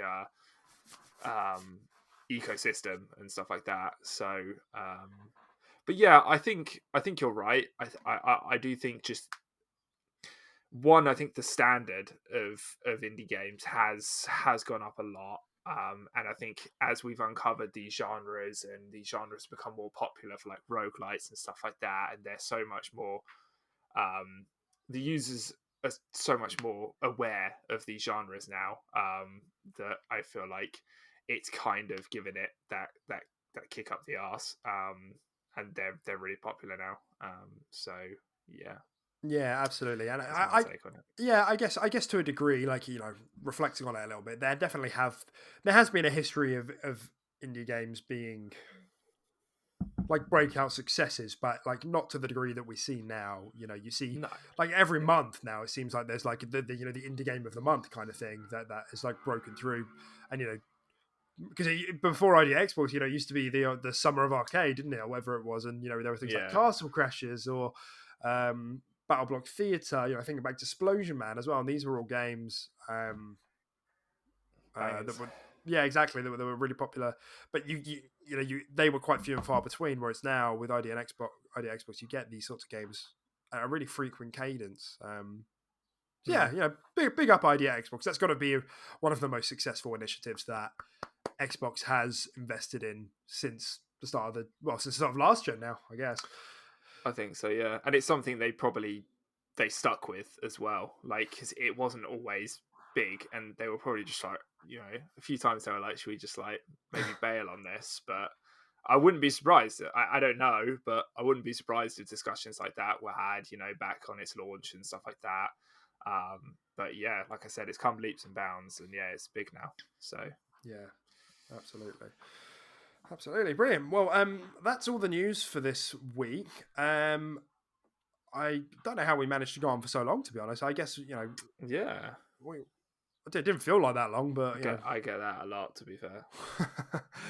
Yeah, I don't. Well, if you enjoyed listening in today, we'd really appreciate a thumbs up. Maybe subscribe if you want to hang around. You can find us on all popular podcasting services. We usually upload late Sunday, early Monday, so expect that. Hopefully, that's when this will be live for you. Thanks for tuning in. We'll catch you all on the next one. Yeah, give us a follow on Twitter as well, @QuickResumePod.